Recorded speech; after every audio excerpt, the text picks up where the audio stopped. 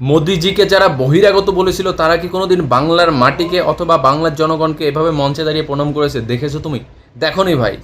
বাংলার মাটি এবং মানুষের প্রতি মোদিজির যে ভালোবাসা সেটা এটার মাধ্যমে প্রকাশ পেল। পুরনো যারা ছিল তাদের অতিরিক্ত হলে তোমরা এটা দেখেছো যে কোথাও দাঁড়িয়ে নামাজ পড়ছে অথবা কোথাও দাঁড়িয়ে উল্টা করে ঘন্টা বাজাচ্ছে, তারপরে কোথাও দাঁড়িয়ে শাক বাজাতে পারছে না বা উল্টো পাল্টা ভুলভাল বলছে অথবা জয় শ্রীরাম নাম শুনলে হয়তো দৌড়ে পালাচ্ছে, এরকমটা হয়তো তোমরা দেখেছো।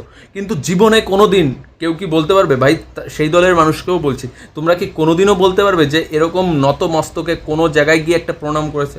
কোনো জায়গায় গিয়ে হয়তো ফুল ছুঁড়ে মারছে এরকম উল্টো করে। হিন্দু হয়ে হিন্দুদের কালচার, বাঙালি হয়ে বাঙালিদের কালচার কিচ্ছু তিনি জানতেন না। বুঝতে পেরেছো? তোমার খারাপ লাগলেও এটা তোমাকে স্বীকার করতে হবে। একটা বাংলা ঘরের মেয়ে যার 4 বছর বয়স, সে কি উল্টো করে ঘন্টা বাজাবে কোনো দিন?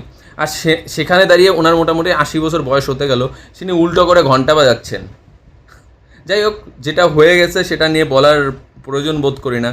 বাংলার মানুষ সঠিক বিচার দিয়েছে, সঠিক পরিচয় দিয়েছে, কিন্তু এই পরিচয়টা আরও যদি 5 বছর আগে দিত বাংলার অবস্থা এত খারাপ হতো না।